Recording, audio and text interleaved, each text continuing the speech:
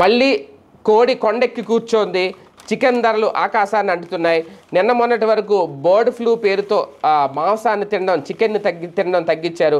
అలాగని చెప్పి పెద్దగా మార్కెట్లో రేట్లు అయితే గుడ్డు రేట్లు కానీ చికెన్ రేట్లు కానీ ఎక్కడ తగ్గలేదు. మళ్ళీ ఇప్పుడు రికార్డు స్థాయిలో అయితే ధరలు పెరిగిపోయినాయి. ప్రస్తుతం చికెన్ ధర కిలో 300 రూపాయలకు చేరిందట.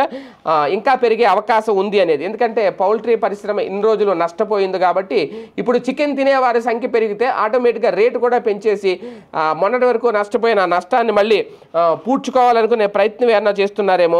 బర్డ్ ఫ్లూ ఎఫెక్ట్తో 1.5 రోజులు పైగా చికెన్ అమ్మకాలు నిలిచిపోవడంతో విలవిల్లాడిన పౌల్ట్రీ రైతులు, వ్యాపారులు ఇప్పుడిప్పుడే తేరుకుంటున్నారు. వారం నుంచి చికెన్ ధర క్రమేపీ పెరుగుతూ వస్తుంది.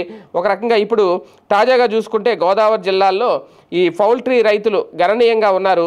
ఇక్కడ పౌల్ట్రీ అతిపెద్ద పరిశ్రమ. ఇక్కడ రోజుకి 100 టన్నుల వరకు కోడి మాంసం విక్రయాలు జరుగుతాయి. అదే ఆదివారం ఇతర పండుగ సమయంలో 150 టన్నుల వరకు విక్రయం జరిగే అవకాశం ఉంది అనేది. బర్డ్ ఫ్లూ రాకముందు చికెన్ ధర 240 నుంచి 260 రూపాయల వరకు ఉండేది. బర్డ్ ఫ్లూ భయంతో అది కాస్త కిలో 150 రూపాయలు పడిపోయింది. తర్వాత కిలో 120 కూడా చేరుకుంది. మళ్ళీ ఇప్పుడు తాజాగా చూసుకుంటే కనుక 300 రూపాయల వరకు వెళ్ళిపోయిందట చికెన్ ధర. అలాగే గుడ్డు ధర కూడా గతంతో పోలిస్తే భారీగానే పెరిగింది అనేది. దాదాపుగా ఇప్పుడు ప్రస్తుతం గుడ్లు పెట్టే కోళ్ళు మొత్తం ఒక 1.40 లక్షల వరకు ఉన్నాయట. గుడ్లు పెట్టేందుకు పెంచే చిన్న కోళ్ళు 70 లక్షలు ఉన్నాయి. రోజుకి ఉత్పత్తి అవుతున్న గుడ్ల సంఖ్య 1.20 లక్షలు, అంటే ఈ గోదావరి జిల్లా లెక్క అన్నమాట ఇది. అదే నేపథ్యంలో మళ్ళీ పౌల్ట్రీ పరిశ్రమ అయితే క్రమక్రమంగా పుంజుకుంటుంది అనేది ఈ నేపథ్యంలోనే, అంటే వీళ్ళు చెబుతున్నది పౌల్ట్రీ పరిశ్రమ ధరలు చూసుకుంటే కనుక ఇప్పుడు ఎందుకంటే బాయిలర్ కోడి ధరలు అయితే భారీగా పెరుగుతున్నాయి క్రమక్రమంగా. బాయిలర్ రైతు వద్ద కేజీ 152, రిటైల్ అయితే 175 ఉంది.